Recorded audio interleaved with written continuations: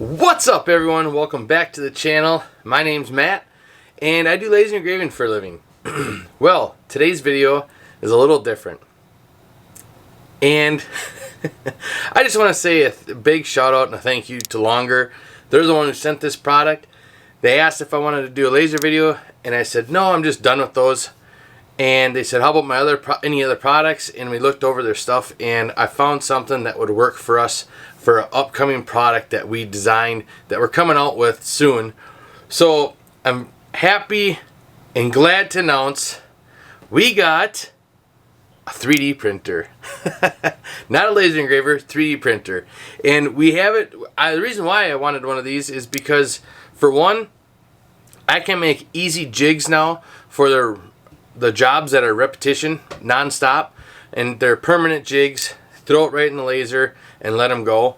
And number two is I have product ideas that this would work in handy for, really handy for some basket ideas. So we're going to be using that quite a bit. And the bee business. So I'll be using it on the bee business for making guards, those little round discs that go over the enclosure, the opening, and I can close them off and so forth like that. So I made a bunch of different products and the kids are actually loving it, I think, just as much as I am, because I started making them toys. We got a little plane here. They just loved it. We had a lot of fun throwing these off the deck. They fly good. The tail, you can adjust the tail in the back so it can do a spin.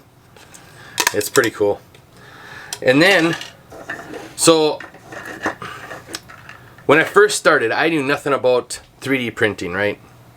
Well, 3D printing, I later found out that this is no good. Well, obviously you can look at it and it's no good, but couldn't figure out how to get that fixed. Well, Brian from Castle Hives had sent me a link to read, and I read about it. It's called support. So you put the support in, and that's how it turns out. Pretty sweet. Looks pretty good.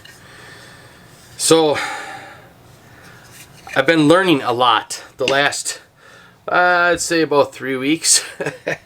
And it is quite the machine. What I am really excited for is to get into the programming part of it, because I want to be doing, like, all these files were bought online. This is for holding our sonic toothbrush heads. So then I'm going to mount this to the drawer so that it doesn't take up any room. I want to do is more research on the designing part, and I want to get more into that, designing my own parts, because I need to for the jigs, but also for some upcoming stuff. And I think the programming is just a really life skill that I think it would be great to learn, because it's 3D, and eventually I bet you we're all going to be into 3D designing, and it's not going to be 2D no more. Now, the one thing that I noticed with this is I looked at the reviews and people were talking about they didn't like the cooling. So Longer actually redid the whole head on their printer and made the cooling fans a dual fan coming down, and I haven't had an issue. So I've had really good printing. I'm not having any kind of drag or like little hairs coming off, so that's a plus. And that's what people were getting, I guess, before, the way the old head was. So that hasn't been an issue. That's been going really great. I also made a whistle, and that was part of the program that they had. I did break one of the fan pieces. See that? This one broke off and this one's cracked. I did my best to make one, but it's not the same. So I'm going to have to email Longer and see if they can send me out that file so I can make another one. But so far, it's working. It's working good. I like it. I have it right on my table. That's why I couldn't do a video the other week down here. I'm going to be moving it, I think, upstairs and putting it on my desk upstairs, because that's one thing I learned about 3D printing is patience. It takes a lot longer to 3D print something than it does to make something on the laser. So, but it's something you can have it going and walk away. You don't have to sit right by it for the 24 hours or 17 hours or even 3 hours long design. Now, this plane This took I think it was 49 minutes. So I mean, they have stuff that does go pretty quick. It all depends how thick you want it. Now this one here was a long pole with the shelving, and the system that I'm using, you can't pick how you want the shelving. So what they did is they boxed in this whole area, and it took up a lot more filament, but it took a lot longer.